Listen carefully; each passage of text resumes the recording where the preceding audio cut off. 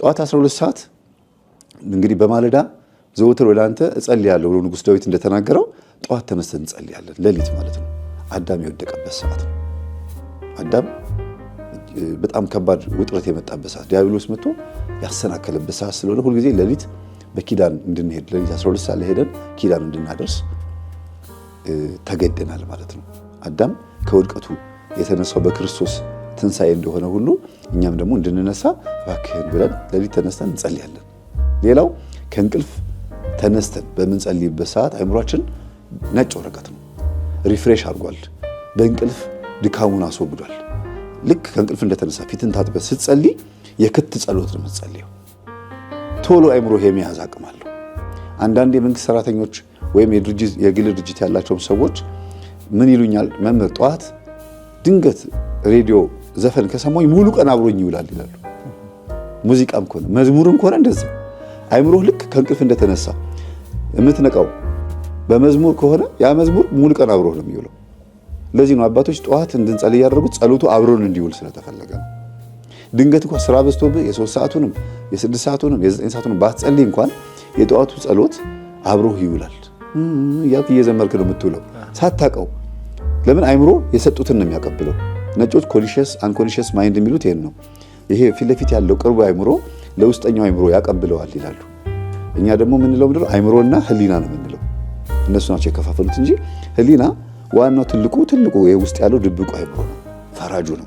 ኃጢአት ስትሰራ ጸጥ ብሎ ይቀር ማነው? ዝም ብሎ ይቀመጥና ልክ ኃጢአት ስትሰራ ይላል። እሱ ድብቁ አእምሮ ነው። ይሄ ፊት ለፊት ያለው አእምሮ ግን ያቀበልከውን ልጠጣ ስትል ጠጣ ይላል። ይሄ ድብቁ አእምሮ የተሰጠውን ነው የሚቀበለው። ይሄ ፊት ለፊት ያለው ግን ስሜት ነው። አድርግ ብላ ጠጣ ምናምን ይላልና ጸሎትንም ላድርግ ብለህ ስትነሳ እሺ ብለህ ስትጸልይ ይቀበላል። ያንን ዘፈንም ከሆነ ይቀበላል። የሰጠኸውን የሚቀበል ከሆነ ምንድነው መስጠት ያለብህ ነው ለአእምሮህ። አሁን ምን ልስጠው ብለህ ነው ማሰብ ያለብህ። ክርስቲያን ሁልጊዜ ጠዋት የእግዚአብሔርን ቃል እንደ ምግብ ይሄን መጽሐፍ ብላ ብሎ የተናገረው መጽሐፍ ቅዱስ ስለዚህ ነው ብላ የሚበላ ነው ማለት ነው የእግዚአብሔር ቃል። ሁለተኛው ደግሞ 3 ሰዓት ላይ የምንጸልየው ጸሎት ነው። 3 ሰዓት ላይ ጌታችን ኢየሱስ ክርስቶስ የተገረፈበት ሰዓት ነው። ድንግል ማርያም ከገብርኤል ብስራት የሰማችበት ሰዓት ነው። እንደገናም ደግሞ ሊፈርድ የሚመጣበት ሰዓት ነው። ሊፈርድ ዓለምን ሊያጠናቅቅ ግንቦት መጋቢት 29 እሁድ ቀን ዓለም የምጠፋበት ቀን ነው አይደል? በቤተ ክርስቲያናችን ተጽፏል። የትኛው መጋቢት የትኛው 29 እንደሆነ አይታወቅም እንጂ መጋቢት 29 ዓለም የምጠፋበት ሊፈርድ የሚመጣበት ቀን ነው። አዎ በጠዋቱ 3 ሰዓት እሁድ ቀን ነው የሚመጣው። ስለዚህ ጠዋት 3 ሰዓት በምትጸልይበት ሰዓት ይሄን እያሰብክ እንድትጸልይ ነው። ነብዩ ዳንኤልም ጠዋት 3 ሰዓት ተነስቶ ነበረ የሚጸልየው የነበረው። በአንበሶች ጉድጓድ የተጣለው ዳንኤል ጠዋት ተነስቶ 3 ሰዓት ላይ ይጸልይ ነበረ። እግዚአብሔርም ጸሎቱን ይሰማው ነበር ይላል። ይሄ በነግህ ማለት ሲነጋ ማለት ነው 3 ሰዓት ላይ። እንግዲህ ለምንድን ነው በ3 ሰዓት የምንጸልየው? ልክ እመቤታችን ገብርኤል ሊያበስራት እንደመጣ ሁሉ እኔንም መልካም ዜና አብስረኝ እያልክ ነው የምትጸልየው። ሊፈርድ እንደሚመጣ ሁሉ አንደኛ አትፍረድብኝ፣ ከዚህ ጋር ደግሞ ፍረድልኝ ማለት ተበድያለሁና እንዲያርገውኛልና ብለህ የምታመለክትበት ነው። በኃጢአት ምክንያት ደግሞ አትፍረድብኝ የምትልበት ሰዓት ነው። በጎቼ በቀኝ ፍየሎች በግራ ብለህ እንዳልክ ሁሉ እኔም ደግሞ በቀኝ እባክህን እንደሆን አእምሮዬን ክፈትልኝ ትላለህ ጠዋት 3 ሰዓት ላይ። እንደተገረፈበት ሰዓት ደግሞ ጌታ ሆይ ለእኔ ስትል ይሄ ሁሉ ጅራፍ አርፎብሃል 6666 ጊዜ 4 ስድስቶች ማለት ነው። ለእኔ ስትል ጀርባ እስኪላጥ ተገርፈሃል፣ ምንም አላጠፋህም። የኔን ህማም ግን ተሸክመህ ኢሳይያስ 53 ላይ እንዳለው ትንቢተ ኢሳይያስ ላይ ለእኔ ግን ህማሜን ተሸክመህልኝ ተገረፍክ በሊጦስትራ። ሊጦስትራ ማለት ቦታ ነች። አሁን የአካባቢ ስም እንዳለ ሁሉ ሊጦስትራ የተገረፈባት ቦታ ነች። ከሊጦስትራ እስከ ቀራኒዮ ድረስ ያን ሁሉ መከራ የተቀበልከው ለእኔ ነው። እባክህን ጌታ ሆይ ለእኔ እንደተገረፍክልኝ ሁሉ እኔ ደግሞ ግርፋትህን እያሰብኩኝ እንድሰግድ ብርታት ስጠኝ። አንተ 6666 ጊዜ ስትገረፍ በመለኮታዊ ኃይልህ እንደቻልክ ሁሉ እኔንም ደግሞ አበርታኝ። በስምህ የሚገጥመኝ ፈተና ካለ ክብርህን ለመውረስ የሚያስችለኝ ነገር እስከማገኝ ድረስ ብርታቱን ስጠኝ ትለዋለህ። ስለዚህ የብርታት ጸሎት ይባላል። ግልጽ ነው አይደል? ከዛ 3 ሰዓት ጸሎቱ ካለፈ በኋላ ደግሞ 6 ሰዓት ትመጣለህ። 6 ሰዓት አጋንንት በጣም የሚሰለጥንበት ሰዓት ነው። በጣም አደገኛ ሰዓት ነው። ጌታችን ኢየሱስ ክርስቶስ ደግሞ የተቸነከረበት ሰዓት ነው። ቅድም ሊጦስትራ ብያለሁ የተገረፈበት። ከ3 ሰዓት ጀምሮ እስከ 6 ሰዓት ድረስ ምን እያደረገ ነበረ? ያን ተራራ እየወጣ ነበር፣ እያንገላቱት ወገቡን እየጎተቱ ከኋላ ሲጎትቱት ወደ ኋላ ይወድቃል፣ ከፊት ሲጎትቱት ወደ ፊት ይወድቃል። መስቀል ተሸክሞ ነው።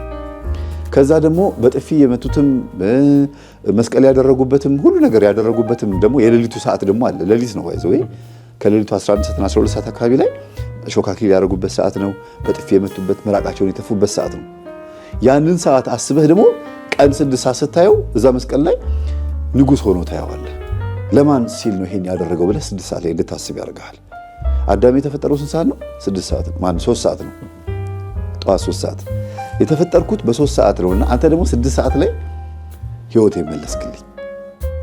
ግልጽ ነው አይደል? 6 ሰዓት ላይ ለኛ ዋጋ የከፈለበት ጊዜ ነው ማለት ነው። ህማማችንን ተሸክሞ መስቀል ላይ የተወጠረበት ሰዓት ነው። እኛ በክብር ዙፋን ላይ የተቀመጥነው እሱ በመስቀል ላይ ተወጥሮ ነው። እኛ ቆብ መነኮሳትና ካህናት ያን የሚያምር የጳጳሳት ቆብ እንዲያደርጉ ምክንያት የሆናቸው የእሱ የሾህ አክሊል ምክንያት ነው። እሱ የሾህ አክሊል አድርጎ ለእኛ ደግሞ የክብር አክሊል ሆነን ብለህ 6 ሰዓት ላይ መስቀሉን እያየህ ነው የምትጸልየው። ባይዘው 6 ሰዓት ላይ ብቻ አንድ አባት ናቸው፣ አባ አፍፄ ይባላሉ። ከተሰዓቱ ቅዱሳን አንዱ ናቸው። ስነ ስቅለቱን ብቻ እያዩ 6 ሰዓት ላይ ይጸልዩ ነበርና ዛሬ እኛ ትውስታ ብለን ፍላሽባክ ብለን ወደኋላ እንደምናስታውሰው ራሱ መጥቶ ክርስቶስ ተገለጠላቸው። እንዴት ይሰቅሉት እንደነበረ እንግዲህ ፊልም ብለው ፍላሽ ሰክተህ እንዴት ነው የቆዩ ፊልሞች እንደምታያል አይደል? አምጥቶ ግድግዳ ላይ እንዴት እንደሰቀሉት አሳያቸው። በዚህ ደረጃ ድረስ ጸሎትን እውን ማድረግ ይቻላልና አባ አፍፄ በረከታቸው ይደርብን። በጣም የሚገርሙ አባት ናቸው። በወቅቱ የነበረውን አምጥቶ አሳያቸው ይላል። በወቅቱ የነበረውን ግርፋቱን ዘመን ማለት ነው። እና 6 ሰዓት ላይ እንደዚህ ብለን የምንጸልየው የተቸነከረበት ሰዓት ነው። እጁ በሚስማር የተቸነከረበት ሰዓት ነው። 5ቱ ቅንዋተ መስቀል ሳዶር፣ አላዶር፣ ዳናት፣ አዲራ፣ ሮዳስ የተባሉ ቅንዋተ መስቀል በእጁ ላይ፣ በእግሩ ላይ፣ በወገቡ ላይ ያረፉበት ሰዓት ነው። ደሙ የፈሰሰበት ሰዓት ነው። ጎኑ በጦር የተወጋው ደግሞ 9 ሰዓት ነው። እና በእያንዳንዱ ሰዓት የራሱ የሆነ ኃይል አለውት ነው። 6 ሰዓት ላይ ይሄን እያሰብክ ነው የምትጸልየው። ጌታ ሆይ ለእኔ ስትል ተቸነከርክ፣ ለእኔ ስትል በመስቀል ላይ ነገስክ። አይገባህም፣ ግን ለእኛ ስትል ነው ያደረግከው። እንደ ሰው በአጭር ቁመት በጠባብ ደረት ተወስነ መተህ የድንግል ማርያም ጡት ጠብተህ እንደ ሰው ተመላልሰህ 33 ዓመት ከ3 ወር ቆይተህ እዚች መስቀል ላይ ስራህን ፈጸምክ። ከዚህ በኋላ እኮ ከመስቀል የምትወርደው በክብር እንጂ እንደነበርከው አይደለም። በክብር ነው ከመስቀል የሚወርደው። ስለዚህ ያንን አስበን እንጸልያለን 6 ሰዓት ማለት ነው። 9 ሰዓት ደግሞ የሚገርም ሰዓት ነው። አንደኛ ጌታ ነፍሱን የሰጠበት ሰዓት ነው። ተፈጸመ ያለበት ሰዓት ነው። እነዚህ ቃላቶች በአንተ ህይወት ውስጥ ትልቅ ተጽዕኖ ይፈጥራሉ፣ በእኛ ህይወት ውስጥ ማለት ነው። ለምሳሌ ፀሐይ ጨልማለች፣ ጨረቃ ደም ለብሳለች፣ ከዋክብት ረግፈዋል አይደለም? በእነዛ ከ6 ሰዓት እስከ 9 ሰዓት ባሉ ጊዜያቶች ውስጥ ህማማቶቹ ታይተዋል። እመቤታችን ቅድስት ድንግል ማርያምና ዮሐንስ ወንጌላዊ የተገኙበት ሰዓት ነው። እነዚህ 3 ሰዓታቶች ልክ 9 ሰዓት ላይ ግን ነፍሱ ልትወጣ ስትል ዮሐንስ ና ወደዚህ ቅረብ አለው። መስቀል ላይ ሆኖ እንደተወጠረ እንደዚህ እነኋት እናትህ፣ እናቴን ውሰድ አለው። ሰጥቻለሁ እናት አድርጌ። በዮሐንስ ውስጥ እኛ አለን። ወኪል ነው እሱ፣ ወኪል ነው። ይሄንን በራእይ ዮሐንስ ምዕራፍ 12 ላይ ታገኘዋለህ። መጨረሻው ላይ ዘንዶ እመቤታችንን ሲፈትናት ማለት ነው። እዛ ቦታ ላይ የዮሐንስ ወኪልነት ተጽፏል ማለት ነው። ቃሏን ባነባት ደስ ይለኛል። እንዲህ ይላል፣ ዘንዶውም ይላል ሴቲቱ ላይ ተቆጥቶ የእግዚአብሔርን ትእዛዝ የሚጠብቁትን የኢየሱስ ምስክር ያላቸውን ከዘሯ የቀሩትን ሊዋጋ ሄደ ይላል። ዘንዶ 3 ነገር ነው። ራእይ ዮሐንስ 12:17 ላይ ዘንዶውም በሴቲቱ ላይ ተቆጥቶ የእግዚአብሔርን ትእዛዝ የሚጠብቁትን ክርስቲያኖችን ማለት ነው የሚጠብቁትን የኢየሱስ ምስክር ያላቸውን ማተብ ያደረገ ነው። እኛ ምስክር ማለት ማተብ ነው፣ ወይም ሰማዕታት ማለት ነው። ከዘሯ የቀሩትን የድንግል ማርያም ዘሮች ማን ናቸው? በመስቀል እግር ስር እነሆ ልጅሽ የተባለው ዮሐንስ ዘሯ ነው። የኢየሱስ ክርስቶስ ልጅነት በጸጋ ለዮሐንስ ተሰጥቷል። ከዚህ በኋላ ልጆችሽ እነሱም ጨምር ናቸው፣ እኔ ብቻ አይደለሁም ማለት ገብቶሃል አይደል? ጌታን ምናሉት የሆነ ጊዜ ላይ እናትህና ወንድሞችህ ይፈልጉሃል ብሎ ሲሉት ጊዜ እናቴም ወንድሞቼም ቃሌን የሚጠብቁም ጭምር ናቸው ብሎ ተናግሯል። ስለዚህ ከዘሯ የቀሩትን ሲል በመስቀል ላይ የተሰቀለው ክርስቶስ በሰው ማንነት በኩል ከሷ ስጋ ተካፍሏል። የሰውን ዘር ተካፈለ እንጂ የመላእክትን አይደለም እንደሚለው ማለት ነው። ከዛ ዮሐንስ የኛን ማንነት ወክሎ ነው፣ ሪፕሬዘንት ነው፣ ወኪላችን ነው። በዮሐንስ በኩል እናታችን ድንግል ማርያም ተሰጥታናለች። መቼ? ልክ ሁልጊዜ ነው የተሰጠችን፣ ግን እርግጠኛ የሆነው ማህተም ያረጋግጠው በደሙ በስጋው ነው። ደሙ በሚፈስበት በዛ በመስቀል በቀራንዮ ላይ ነው። ስጋው ደግሞ ስንቀበል ምንም እንኳን መለኮት የተዋሃደውን ከድንግል ማርያም ስጋ ከነሳ በኋላ ልዩ የሆነውን ያንን ስጋ ብንቀበለውም ግን ድንግል ማርያምንም በውስጥ በኩል እንደ እናት ታሳቢ ማድረግ አለብን። የተቀበልነው ስጋና ደም የድንግል ማርያም ነው እያልኩኝ አይደለም። የኢየሱስ ክርስቶስ ስጋና ደም የተቀበልነው ግን በታሳቢነት አብራ ተሰጥታለች። እዛ ቦታ ላይ ኑዛዜ አለ። ኑዛዜ ግልጽ ነው። ለምሳሌ አባት ሊሞት ሲል እስቲ ልጆችን ሰብሰብ አድርጉልኝ ተብሎ ካህኑም ይመጣል። መኪናውን ለዚህ ለትልቁ ስጡልኝ፣ ቤቱን ለዚህች ለትንሿ ልጅ፣ እንትኑን ደግሞ ይሄን ፋብሪካውን ለገሌ እያለ ይናዘዛል። ሊሞት ሲል አይደል? ጌታችንን መስቀል ላይ ሆኖ እየተናዘዘ ነው። ይኸው እናቴን ሰጥቻለሁ ውሰድ አለው። ከዛን ሰዓት ጀምሮ ይላል ዮሐንስ ወንጌል ላይ የኢየሱስ እናት ዮሐንስ ወሰዳት ይላል። ልክ 9 ሰዓት ሲሆን ጌታችንም ቃሉን ከተናገረ በኋላ ኤሎሄ ኤሎሄ ላማ ሰበቅታኒ፣ አምላኬ አምላኬ ለምን ተውከኝ ብሎ በዕብራይስጥኛ ጮኸ ይላል። ግን ለምን ተውከኝ ሲል ደካማ ሆኖ አይደለም፣ ሰይጣን ዲያብሎስን ለማቅረብ አቅርቦተ ሰይጣን ይሉታል አባቶቻችን። ምንድነው ዛሬ የተፈጸመው? ትልቁ 9 ሰዓት ላይ የሚገርም ተአምር የተፈጸመው ምንድነው? ያኔ አዳምና ሔዋን 7 ዓመት በገነት ሲኖሩ ሰይጣን በምን ላይ መጥቶ ነው ያታለላቸው? በእባብ ላይ። እባብ ደግሞ የዛን ጊዜ የምታምር ነበረች፣ ገላዋ ቆንጆ ነበረ። እንስሳ ነው እንጂ ያዋራኝ፣ ሰይጣን በእባብ ውስጥ አድሮ አዋራኝ ብላ ሔዋን አታስብ። በሚያምረው የእባብ ገላ ውስጥ አድሮ ሰይጣን መጥቶ ሔዋንን እና አዳምን እንዳሳሳታቸው ሁሉ አሁንም ኢየሱስ ክርስቶስ በምታምረዋ በቅድስት ድንግል ማርያም ገላ ውስጥ ተደብቆ ከስጋዋ ስጋ ከደሟ ደም ነስቶ በመስቀል ላይ ሆኖ አምላኬ አምላኬ ለምን ተውከኝ ሲል ፍጡር መስሎ ታየው ዲያብሎስ። ከርቀት ያይ ነበር። እንዴ አምላክ ነው ብዬ እስካሁን ስሻሸው ስፈራው ለካ ሰው ነው እንዴ ብሎ መጥቶ እንደለመደው የብዙ ነፍሳትን ነፍሳቸውን ሲኦል ስጋቸው መቃብር ማድረግ እንደለመደው መጥቶ ሊቆራኘው ሲል መላእክቶች መጥተው በእሳት ዛንጀር በንፋስ አውታር ወጥረው ያዙት ይላል። ስለዚህ አምላኬ አምላኬ ለምን ተውከኝ ያለው ሰይጣን ጸጋ የተገፈፈ መንፈስ ስለሆነ ማስተዋል አይችልም እና በድንግል ማርያም ስጋ ውስጥ ተደብቆ ወይም የለበሰው ስጋ የድንግል ማርያም ስጋ ነው አይደል? በዛ ማንነት ውስጥ ተደብቆ ኤሎሄ ኤሎሄ ወይም አምላኬ አምላኬ ብሎ ሲጮህ ደካማ ስጋ መስሎ ታየ። አቅርቦተ ሰይጣን ነው። 9 ሰዓት ላይ ስንጸልይ እኛ ብዙ ጊዜ ጌታ ሆይ እኔ የማውቀው ነገር የለም እባክህን አድነኝ ይቅር በለኝ እያልን ስንሰግድ የማንን ኃይል እየጠበቅን ነው? የእግዚአብሔርን ኃይል። ስለዚህ እኛ በትህትና ዝቅ ባልን ቁጥር ኃይል እናገኛለን። ሰይጣን ሊይዘን ሲመጣ በምንለምነው አምላካችን ስም እንይዘዋለን ማለት ነው። ለዚህ ነው ክርስቶስ የሚያደርጋቸው ነገሮች በሙሉ እኛ እንድናደርጋቸው ያደረገው።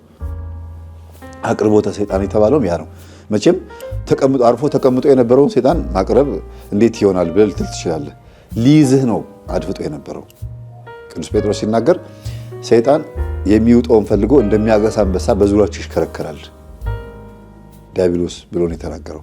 ስለዚህ በዙሪያ ያንዣብብ የነበረው መንፈስ ና ብለህ የምትይዘው በትህትና ዝቅ ብለህ ስትሰግድ ክርስቶስ ያደረጋቸው ነገሮች ስታደርግም ጭምር ነው ማለት ነው።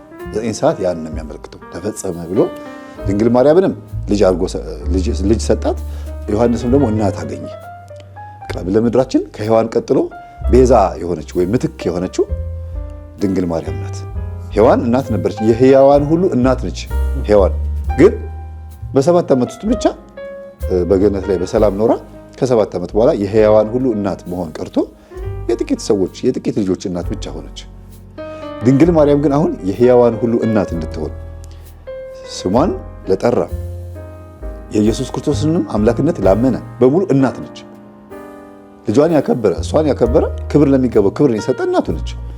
የቀረ ደግሞ ቀረበት አይደለም። ስለዚህ የድንግል ማርያም እናትነት የተሰጠበት ሰዓት ነው 9 ሰዓት እና ኢቭን የምታመሰግንበትም ሰዓት ነው። ስሟንም ጠርተህ ይቅር በይኝ እናቴ ሆይ ከጌታ የምትልበትም ሰዓት ነው። እግዚአብሔርንም ስለ ድንግል ማርያም ብለህ ይቅር በለኝ የምትልበትም ሰዓት ነው። ለምን ሰጥቶናል በዛ ሰዓት እና 9 ሰዓት በጣም የተለየ ሰዓት ነው። ለሰው ልጆች ነፍሱን ሰጠ ተፈጸመ ብሎ የጮኸበት ሰዓት ነው። የዛን ሰዓት ጨረሰ ሞተ ማለት ነው። ሞተ የምንለው ሞተ በስጋ ተብሎ የሚጸልየው ለዛ ሰዓት ነው እና እዚህ ሰዓት ላይ ስትጸልይ እንዴት እንደሚል አስበው። ከዛ ዮሴፍና ኒቆዲሞስ ደግሞ መጥተው ከመስቀል ላይ ያወረዱት ደግሞ 11 ሰዓት ነው ማለት ነው። 11 ሰዓት ጸሎት ነው ይባላል። እንዲያውም ሲነገር ሰምተህ ከሆነ 11ኛው ሰዓት ሲባል አልሰማህም? ምን ማለት ነው? ያለቀችው ሰዓት በቃ የተገባደደ ሊመሽም ነው። ፍጻሜው ዘመንም ሊመጣ ነው። ክርስቶስም ስራውን ፈጽሞ ከመስቀል የወረደበት ሰዓት ነው። ዮሴፍና ኒቆዲሞስ ከመስቀል ሄደው ከጲላጦስና ከሄሮድስ አስፈቅደው ስጋውን እባክህን እንድንቀብረው ፍቀድልን ብለው እሺ ብሎ ተፈቅዶላቸው መጥተው ከመስቀል ላይ እያለቀሱ ያወረዱበት ሰዓት ነው። ከዛ ወርዶ ደግሞ ወደ መቃብር የሄደበት ሰዓት ነው። ወስደው ቀበሩት ይላል በጎልጎታ። አስበው፣ አምላክ ነው፣ ፈጣሪ ነው፣ መለኮት ነው፣ ግን ከስጋ ጋር ተዋህዷል። የጋለ ብረትን በመዶሻ ስትቀጠቅጠው እሳቱን ነው ወይስ ብረቱን የቀጠቀጥከው?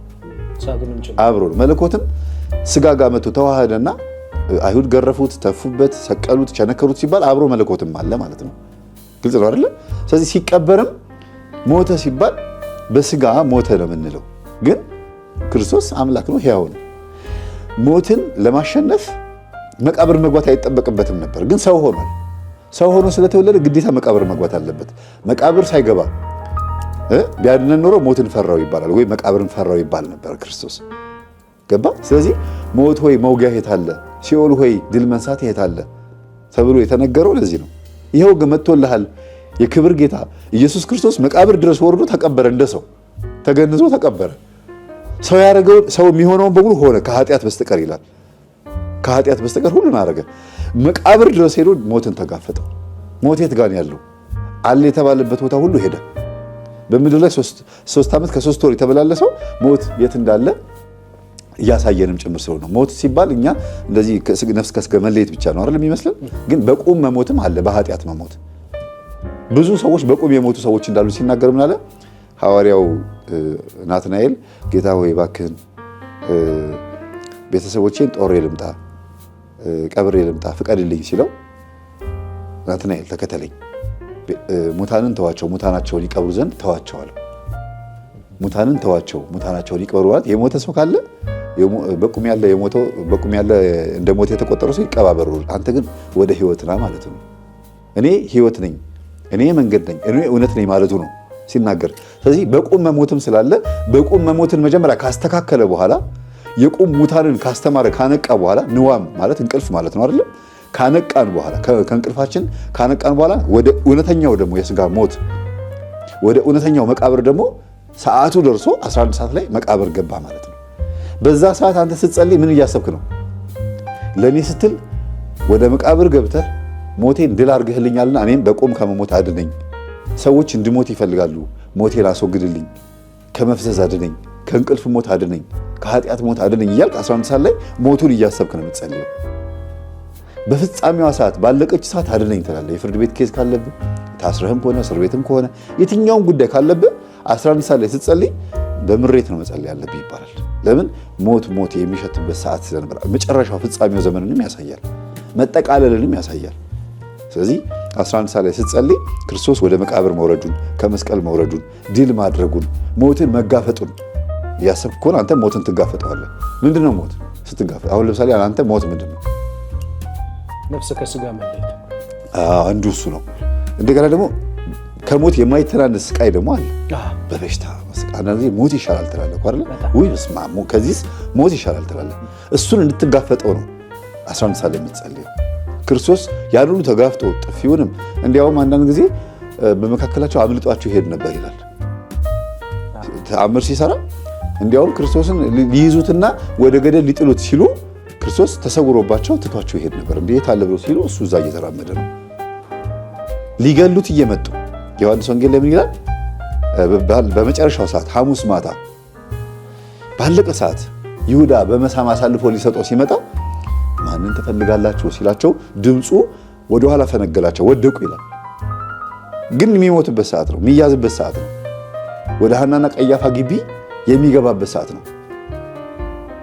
በዛ ሰዓት ደግሞ አምርሮ ደግሞ በጌቴሴማኒ እየጸለየ ነበረ። አየው። ስለዚህ ሞት ሊመጣ ሲል ራሱ የምትጸልይበት ሰዓት ነው። እና ሐዋርያትን ግን ምን ይላቸው ነበረ? ተነሱ ወደ ፈተና እንዳትገቡ ትጉና ጸልዩ እያለ በተደጋጋሚ እየመጣ ይቀሰቅሳቸው ነበር ከእንቅልፍ። ግን ሐዋርያት ጴጥሮስ፣ ዮሐንስና ያዕቆብ ወደ ተራራ ከ11 ሐዋርያት ለይቶ ወደ ተራራ ይዟቸው ይወጣ ነበረ። ባይዘው 11 ሆነዋል። ይሁዳ በመጨረሻ ሰዓት ትቶ ስለሄደ 11 ሆነው ነበረ። በዛ ሰዓት ይሁዳ ምን እያደረገ ነው? ሐዋርያት እንትኖችን አይሁዲዎችን ይዞ እየመጣ በመሳም አሳልፎ ሊሰጠው ሳንቲም እየተደራደረ ነበር። 8ቱ ሐዋርያት ታች ተራራ ስር ቁጭ ብለው እየጠበቁ ነው። ታች 3ቱ ደግሞ ዮሐንስ፣ ጴጥሮስና ያዕቆብ ከጌታ ጋር አብረው ወዴት እየወጡ ነው? ወደ ተራራ ወጥተው ጌታ ሲጸልይ እነሱ እዛ ጋር እንቅልፋቸውን ተኝተዋል። ሳያቸው ተኝተዋል። መጀመሪያ መጥቶ ቀሰቀሳቸው ይላል። ወደ ፈተና እንዳትገቡ ትጉና ጸልዩ አላቸው። አሁንም እሺ ብለው ትንሽ ደግሞ እንደተጉ ደግሞ ተኙ። አሁንም እንደገና ከጸለየ በኋላ ደግሞ ተነስቶ መጣ። እነዚህ የጸሎት ሰዓታትን እየመደበልን ነው ማለት ነው። አሁንም ሲመጣ ተኝቶ ተነሱ ብሎ ደግሞ ቀሰቀሳቸው። አልሰማም አሉ። 3ኛ ላይ መጣና እንግዲያውስ እረፉ አላቸው። ምን ማለት ነው? ዓመተ ዓለም አልፏል። አሁን ልያዝ ነው። ከዚህ በኋላ ምድር እረፍቷ ነው። እኔ ህይወት መጥቼላታለሁ። እንግዲያውስ እረፉ፣ ተኙ፣ በደንብ ተኙ። በዓለ ሃምሳ ማለት ይሄ ነው። እንግዲያውስ እረፉ፣ ተኙ ማለት ነው። በቃ የሰው ልጅ በስጋ ድካም በቃ ወድቋል። እኔ ያለሁ ጠብቃቸዋለሁ፣ ተኙ አለ። አነቃ። መጨረሻ ላይ ግን የሰው ልጅ እስከ መጨረሻው ፍጹም መሆን ስለማይችል ፍጹምነትን የሚሰጠን እሱ ስለሆነ እንግዲያውስ ተኙ አላቸው። ስለዚህ የምድራችን እረፍት ክርስቶስ ነው። በሌሊት የሚጠብቀን እሱ ነው። መቼ? በሌሊት። በቀን ግን የኛ ድርሻ ነው። ለዚህ ነው ጸሎት ሰዓት ከጠዋት 12 ሰዓት ጀምሮ እስከ 6 ሰዓት የሆነው። ግልጽ ነው። 7ቱ ቀናቶች የተባሉት። ከዛ በኋላ የሚጠብቀን ማን ነው? በእርግጥ ቀኑን የሚጠብቀን እግዚአብሔር ነው። ተኝተህ ስትነሳ ግን የት ነበርክ? አይገርምህም? ጠዋት ስትነሳ በራስህ ኃይል ነው። አንተ በእግዚአብሔር ታምናለህ፣ ማተብ አድርገሃል። ኤቲስትና ፓጋኖችን ደግሞ ያቸው ሃይማኖት የለሾች፣ እነሱም ማታ ተኝተው ጠዋት ይነሳሉ። ሁለቱን የሚያነቃ ማን ነው? እግዚአብሔር። ኢቭን ማታ ተኝተው ጠዋት እንዲነሱ ያደረገ እግዚአብሔር ነው ብቻ ሳይሆን ዲያብሎስ መጥቶ አንቆ ሊገላቸውን ይችላል። እንዳይገላቸው ሁሉ የጠበቀ እግዚአብሔር ነው። ይሄ ነው እንግዲያውስ ተኙ ማለት። በቃ ችግር የለውም። ስትነቁ ማስተዋል ትችላለህ። ቀን ትጸልያላችሁ። ቀን ሳለላችሁ ብርሃን ሳላችሁ በብርሃን ተመላለሱ ብሏል። የሌሊቱን ድካም አገዘን። አሁን ወደ 11 ሰዓቱ ጸሎት እየመጣሁልኝ ነው።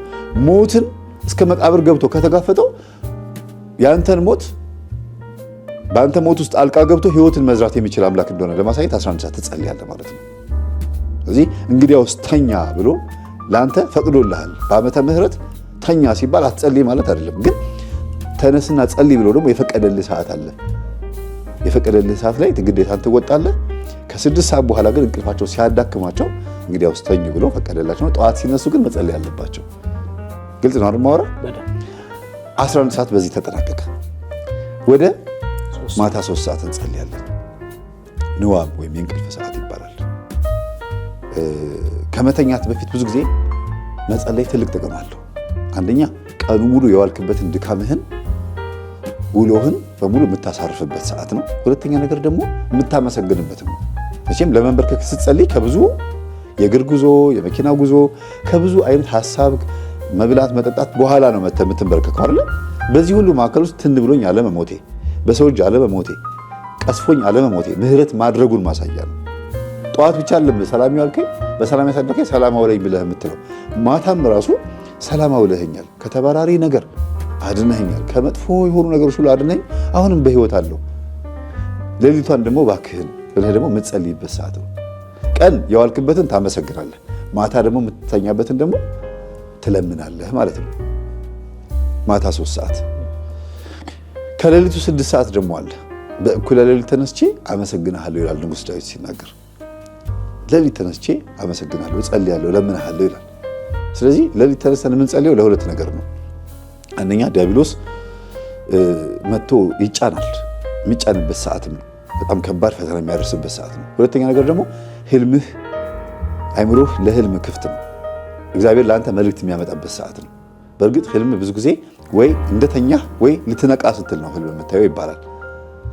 ግን ሁለቱም እንትኖች ናቸው። ሰመመንና እጅግ በጣም ረጅም ሰዓት ስለምንተኛ መሀል ላይ የምናየው ህልም የሚረሳ ስለሆነ ነው። ልክ እንደተኛህ ያየኸውን ህልም ልክ ልትነቃ ስትል አታስታውሰውም።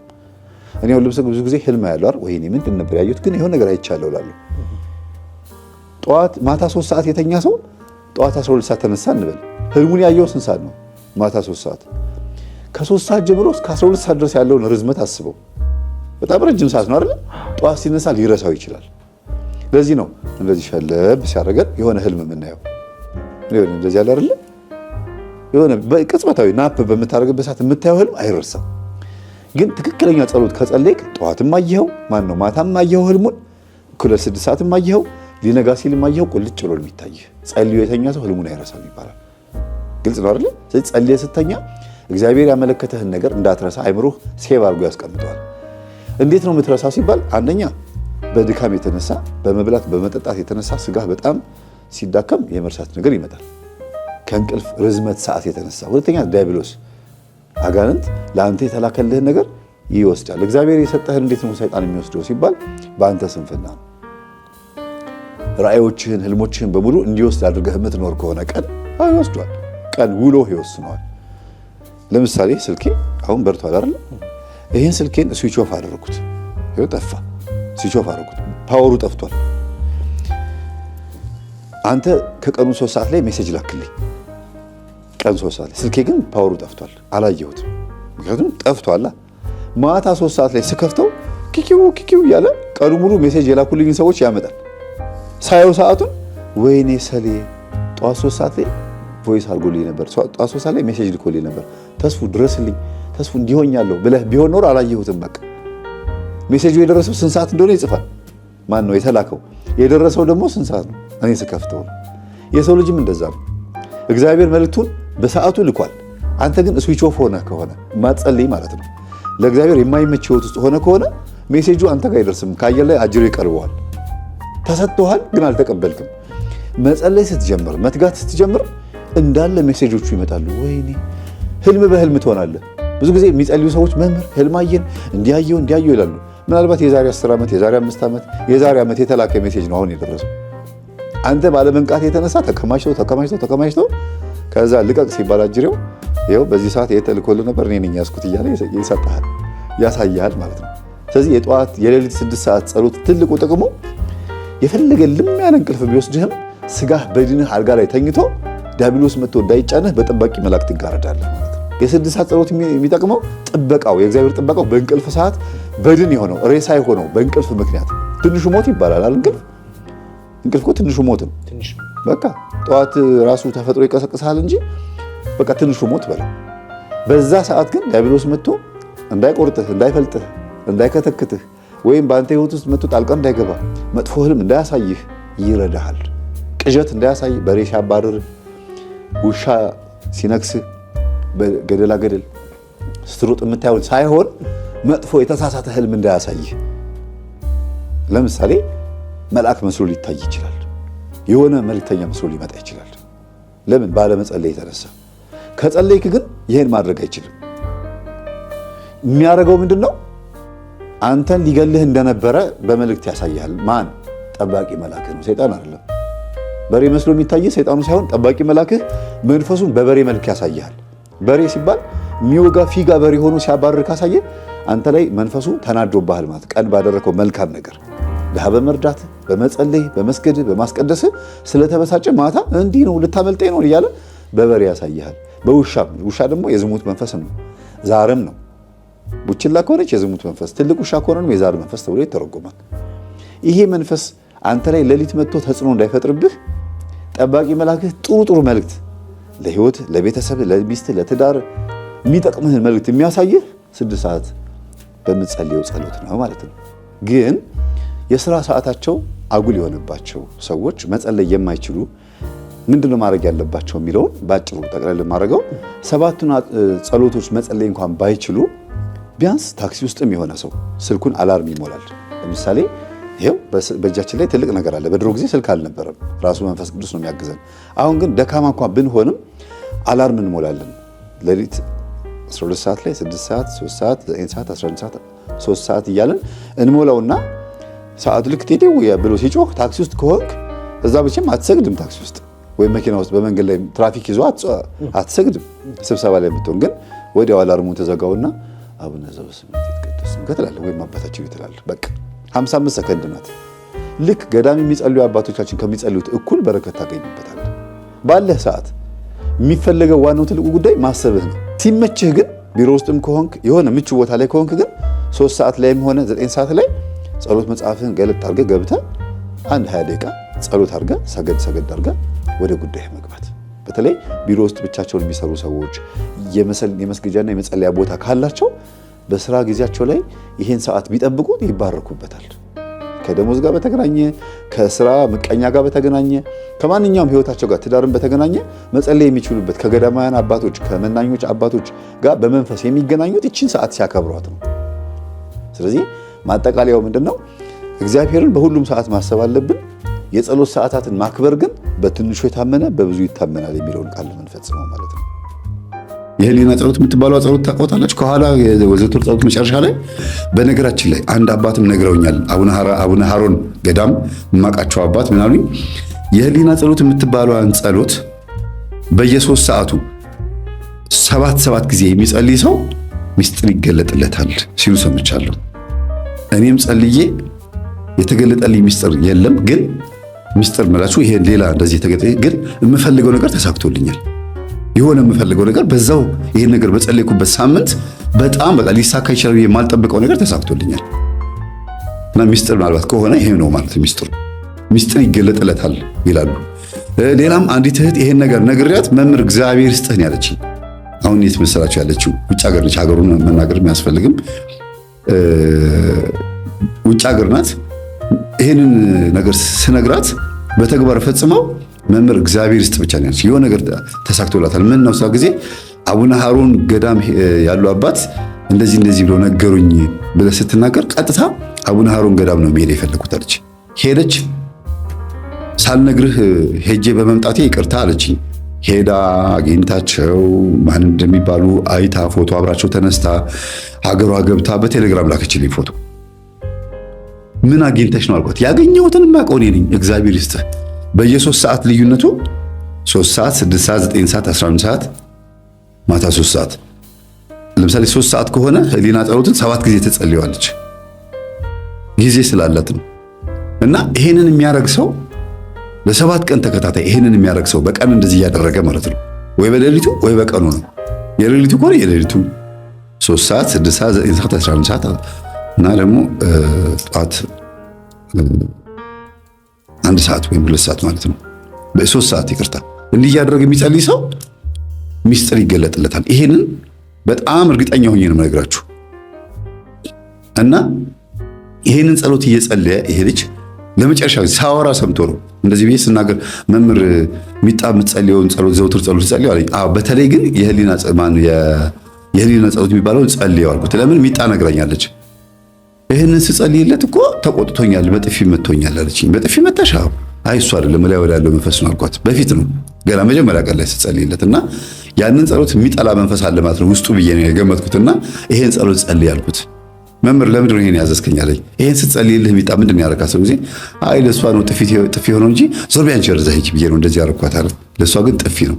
አዎ ጻንች አልኩት። እና በዛ ውስጥ ግን እመቤታችን በጥፊ የመታሃት ሰው ጊዜ ውይ እመቤቴ ይቅርት በለኝ፣ ይሄንማ እየጸለይኩኝ የምትለኝ ነገር አደርጋለሁ አለ። በቀን 7 ጊዜ እየጸለየ ለ7 ቀን ከምግብ ይሄ ሱባኤ ምናምን ነገር አይደለም፣ ዝም ብሎ ጸሎቱን ብቻ በመጸለይ ከፈለጋችሁ ደግሞ እንደ ሱባኤ ማድረግ ትችላላችሁ። እናንተ ተረክብሮ የተነሳው መንፈሱ ማነህ? አዳል ሞት ያለኝ አንድ ነኝ አለ። ሰራዊት ስንት ነው አይደል? ሰራዊት አለ። አንተና አዳራሽ የምታንጫጫው እጅን እየጫንክ እንደዚህ የምታደርገው አልኩት። አዎ እኔ ነኝ አለ። በጣም ይገርማል። የሚያጠምቁት አባት ራሳቸው እንኳን ትንሽ ኮተት ችግር የነበረባቸው አባት ነበሩና በሱ ሲገረሙ ሁሉ አይቻቸዋለሁ። ኮተት ስላቸው አንዳንድ ነገር ሰምቻለሁ። ቆይ እኔ ጸልይልሃለሁ፣ አንድ አለ ጥሩ መጽሐፍ አለ መፍትሄ ስራ ምናምን ብለው የሚያጠምቁ ከናቸው። የአንድ ቤተክርስቲያን ጥምቀት ጸበል ቦታ ማለት ነው። የሁሌ የምነግራቸው ይሄንን ነው። ያጠምቃሉ፣ ግን ችግር አለባቸው፣ ሌላ ነገር ይደግማሉ። የምነግራቸው ለዚህ ነው። እዛ ጋር ጸበል ቦታ ሲጮህ ካዩት ቆይ እኔ ይሄን ሸኝልሃለሁ፣ በቤት መጥቼ አጠምቅሃለሁ፣ ይቺን ነገር እንደዚህ አርጋት እንደዚህ አርጋት ብሎ ሌላ የድብትርና ነገር የሚያስተምሩ አሉ። ጸበል ቦታ ተቀምጠው ይሄንን ቤተክርስቲያን ብትቆጣጠርልን ደስ ይለናል። ፈትኗቸው እስቲ፣ ቼክ አርጓቸው፣ አታጧቸው እንደዚህ አይነት አባቶች። እና እኛ አባትም ተገርመው በጣም ተገርመው ጴንጤ ነበረ ፓስተር ነበረ ሲባል ሰምተው ማነው ሲባል አዳልሞቴ ስንት ነህ ሲባል አንድ ነኝ፣ ግን ህዝቡን በሙሉ እንዳለ በከልኩት ሲል የነበረው ሰምተው ገርሟቸዋል። እና ምናልባት እንግዲህ እሳቸውም የሆነ ችግር ይኖርባቸው ይሆናል። ወደዚህ ስንመጣ ሚጣ ቆርባ ወደ ቤት ትግባ ተባለ እና ነጭ ልብስ ገዙላት። ነጭ ካልሲ፣ ነጭ ታይት፣ በቃ አማረባት። ካናቴራ ምናምን ደስ አለት። እግዚአብሔር ይስጥህ፣ አመሰግናለሁ፣ አሳመርከኝ እኮ መልአክ አስመሰልከኝ እያለች ገዝተውላት ነጭ በነጭ ለብሳ አስቆርበዋት ወደ ቤት ገባች። እንደ ልዕልት ነው ያዩት። እማማ ራሳቸው በጣም ደስ ብሏቸው አልቆረቡም። እማማ ራሱ ገና ነው እኮ ገና ነው። ከዛ እሷ ቆርባ ከገባች በኋላ እማማ እመቤቴ እቺ ትንሽ ልጅ ማለት አንቺ ነሽ፣ በአታ ማለት አንቺ ነሽ። የ3 ዓመት ልጅ ሆነሻል ወደ ቤተ መቅደስ የገባሽው በቃ እቺ ልጅ ወደ ቤታችን ቆርባ ገብታለች። ሁሉም ቆራቢ እንዲሆን እፈልጋለሁ አሉ። ሁሉም ቆራቢ ሆኑላቸው። ሁሉም ከቆረቡ በኋላ እማማ ታመሙ። እሳቸውን ቆርበው ማለት ነው።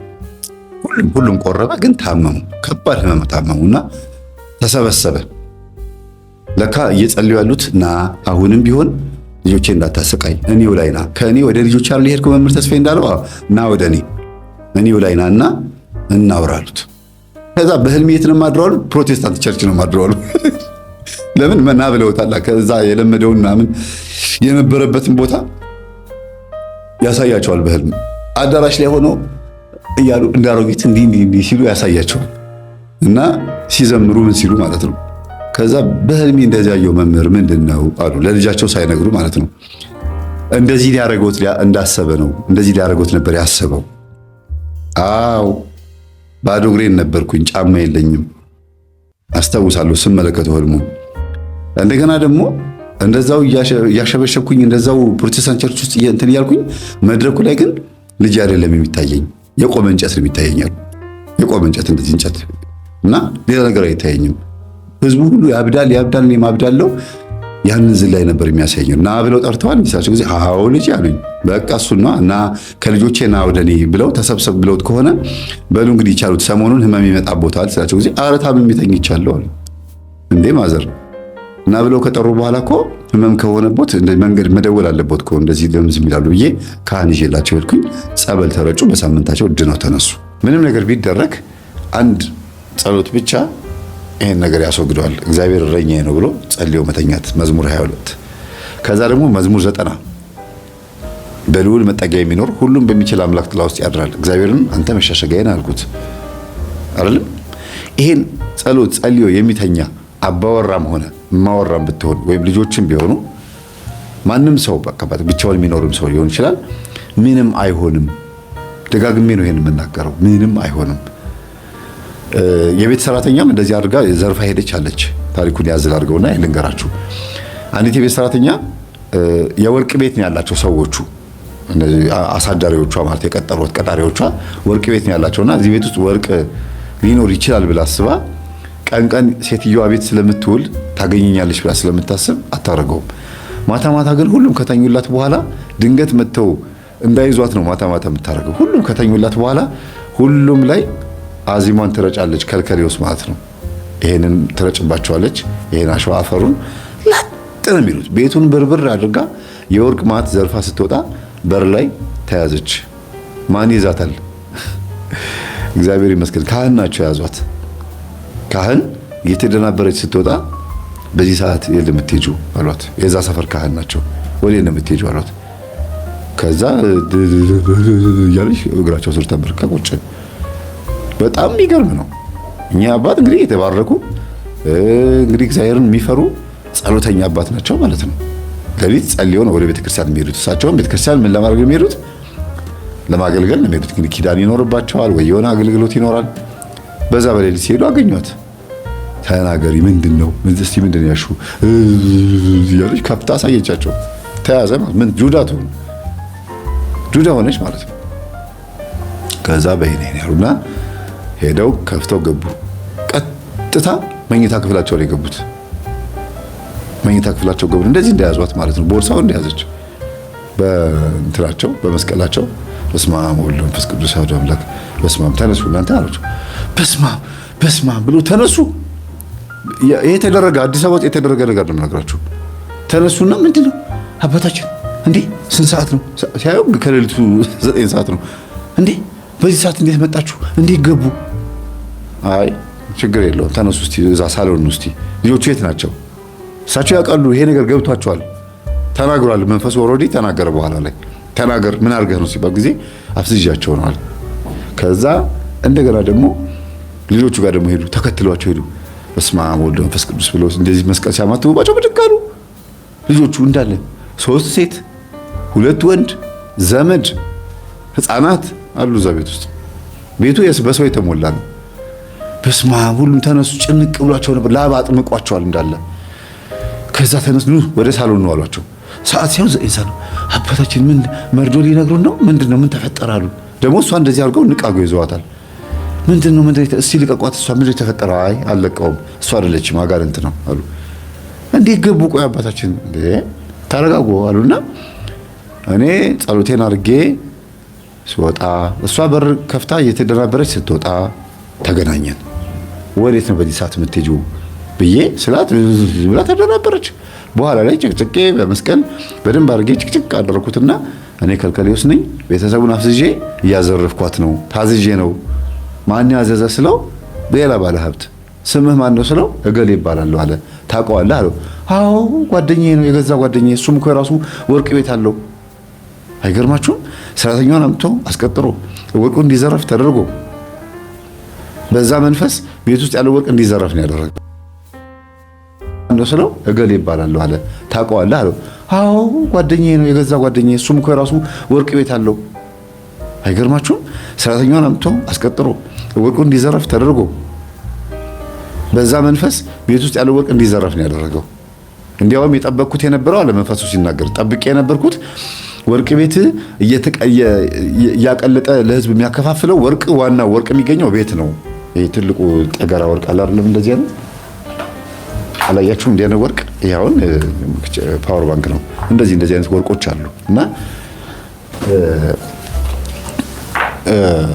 እንደሱ ያሉትን ነበር የጠበቀው ሰውየው። ከዛ ደነገጡ ሁሉም። ከዛ ሊበሏት በቃ ልጅቱ እንዴ እናንተ አልያዛችኋት፣ እኔ አልያዝኩት፣ የያዘው እግዚአብሔር ነው፣ እግዚአብሔር ነው ያተረፈ፣ ምን ልታረጋት ነው አሉት። አባቴ ቅርበሉኝ ማለት በቃ ተጫጫው። ልክ ሰው እንደሞተ ተላቀሱና እንዴ መርዶ አልነገርኳችሁ? የምስራች ነው የነገርኳችሁ። ለምን ነው የምታለቅሱት? ልክ መርዶ ሊነገር እንደመጣ ሌሊት በር እንዳንኳኳ ሰው ለምን ታርጉኛላችሁ? ትቼ ውጣ አሉ። ከዛ ጸጥ አሉ ሁሉም። ምን አያችሁ? እስቲ ያያችሁትን ህልም ንገሩኝ አሉ። እንግዲህ በገጠሜ ላይ ገጠሜ ነው የምነግራችሁ ያለሁት። ከዛ ሴቷ ትንሽዬዋ ልጅ ሴቷ እንቺው ራሷ ሰራተኛዋ መታነቅ አድርጋ ከግድግዳ ጋር አጣብቃኝ ነበረ አለች፣ የእውነት እስኪመስለኝ ድረስ። ከዛ ሌሎቹ ያለንበትን አናውቅም አሉ። ከዛ ለምንድን ነው እሷን አንገቷን ያነቀቻት በህልም ብለው እሳቸው በጣም ገርሟቸው ነበርና ወደ እናት ዞር አሉና እቺ ልጅ በስለት ነው የተወለደችው አሉ። እና አባትየው ማነው ካህኑ? አዎ ሴት ልጅ የለኝም ነበረ፣ በጣም ሴት ልጅ ፈልግ ነበረ እና ያው እሷን እግዚአብሔር ሰጥቶኝ ነው፣ ቅዱስ ሚካኤል ነው የሰጠኝ። ያው ቅዱስ ሚካኤል ነው የሰቀልኩት በእሷ ምክንያት ነው። የያዘልሽ እሱ ነው።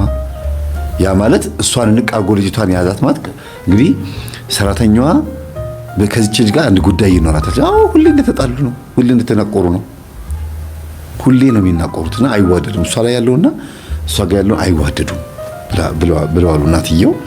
ብቻ ዞሮ ዞሮ ልጃችሁን አስጠምቁ፣ የእሷ መንፈስ እዚች ልጅ ላይ አለ ማለት ነው።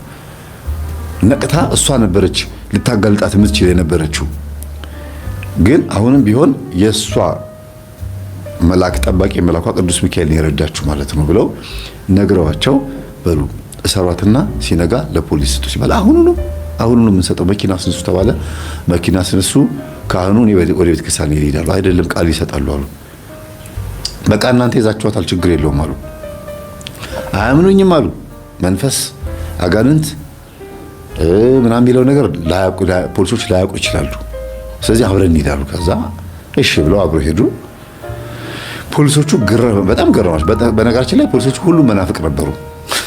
ሃይማኖታቸው ኦርቶዶክስ አልነበረም። አጋጣሚ በዛ ሌሊት የነበሩት እንግዲህ የዛ ሌሊት የነበሩት ተረኞች ነው። የምታወሩት ነገር ትክክል ነው አሉ። አዎ እንዴ ልጅ ምን ነው ሃይማኖት ኦርቶዶክስም አይደል አሉ። አይ አይደለም እኛ ፕሮቴስታንት ነን አሉ። ይሁና እንግዲህ ታዲያ ምን ችግር? እኔ ሌሊት ከቤቴ ስወጣ እሷ ደግሞ ስል ተያዘች። ያው ከፈለክ አሉና በመስቀል አናቱን ቀውር ሲያደርጉት ጊዜ ከልካሊዮስ ነኝ አፈዛ ደንዝዝ ነኝ አለ። በጣም ይገርማል።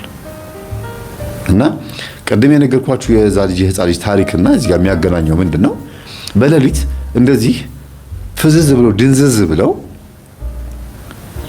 ሰዎች ተኝተው ያ በእንቅልፍ ልብ የሚጓዘው ሰው ግን ቁልፉን አውጥቶ ከፍቶ ሲወጣ አለማወቃቸው አንዱ ይሄ አፍዛ ደንዝዙ ከልካሊዮሱ እንደዚህ የሚሰራል ለማለት ፈልጌ ነው። ሰዎች እንደዚህ ያፈዛቸዋልና አያውቁም። ብዙ ቤተሰቦች አያውቁም የሚያፈዝ መንፈስ እንዳለ። ቅዳሴ ልንሄድ ስንል እንቅልፍ የሚጥልብን ጸራሞ የሚባል አለ። ጸራሞ ደራሞ ብዬ ከዚህ በፊት ነግሬያቸዋለሁ። ጸራሞ የሚባል ሰዎችን ግን በማፍዘዝ ነው የሚታወቀው። የዘንዶ መንፈስ ነው፣ የአውሬ መንፈስ ነው። ሰዎችን ይዘረራቸውና በቆማቸው አድርቋቸው ይውጣቸዋል። ልክ እንደ ዘንዶ ማለት ነው መንፈሱ። እዚህ ውስጥ እንኳን ብዙም ያን ያክል መግባት አልፈልግም። ስለዚህ ነገር ሳጠና ሙሉ እንዳይመስላቸው ማለት ነው ብዙ ሰዎች። እና በእኛ ባህሪ ውስጥ ግን ይገለጣል። በእኛ ባህሪ ውስጥ ይሄ አፍዛ ደንዝዙ ዘመናዊ ሆኖ ከረባት ለብሶ ሽክ ብሎ መጥቶ ብዙ ሰዎችን ሂፕኖሲስ ያደረገ ኢንስፓየር ለማድረግ ብለው አዳራሽ ሰብስበዋቸው ብዙ ሰዎችን ያፈዘዙ እናነቃቃለን ብለው የሚያስተኙ የሚያጋድሙ በጣም ብዙ ሰዎች አሉና ይሄ መንፈስ ዘመናዊ ሆኖ ይሰራል ለማለት ፈልጌ ነው። ልጁ ላይ የሚታየው ነገር ይሄ ስለሆነ ነው። አንድ ዘለላ ጣል አድርግ። ምንድነው እሱ? እባካችሁን እህትና ወንድማማቾች በእግዚአብሔር አብራችሁ በምትኖሩበት ሰዓት ለእናታችሁም ለአባታችሁም ጸሎት እያደረጋችሁ ግን ህይወታችሁን አድኑ። በቃ ህይወታችሁ ከንቱ የሆነው ከዛር ነው። ደጋግሜ ሁሌ የምናገረው ሁሌ ነው የምጮኸው። የቤተሰብ ዛር ነው እየተወራረሰ መጥቶ ከንቱ የሚያደርገው። መተቱንም የሚጠራው የሰዋይንም ቡዳውንም ምኑንም የሚጠራው ዛር ነው። ኮተቱም ትዳር የሚያፋታው አስመሳይ የሚያደርገው ዛር ነው። በተዘዋዋሪ መንገድ ዛሩ ሆነ ኮከብ ተብሎ የሚጠራው ነውና እባካችሁን ቤተሰቦች ራሳችሁን አድኑ። ምንም የምጨምረው ምክር የለም። እንግዲህ ቆንጂት አንቺ የዚህ ግቢ መድኃኒት የሆንሽው ልጅ ተከራይ ሆነሽ የገባሽው መቼም በተከራዮች ብዙ ነው ያመጣሁትና እግዚአብሔር ጸጋውን ያብዛልሽ። በአንቺ ጸሎት ክፍል ብዙ ሰው ድኗል። መጀመሪያ ልጅቷ፣ ቀጥሎ ወንድሟ፣ ከዛ በኋላ ይሄ አስማተኛ ሰው፣ አንቺም ራስሽ በዛ ክፍል ድነሻል። ተከራዮቹም ጭምር እዛም እየመጡ ጸልየው እንደነበረ ሰምቻለሁ። ይሄን ታሪክ ሲሰሙ የተባረክሽ ነሽ። እግዚአብሔር እውነት ባርኮ ነው አንቺን ከመጀመሪያ ጀምሮ ያስቀመጠሽ። ለዚህ ልጅ ነው የተቀመጥሽው። እድለኛ ነህ ወንድማችን።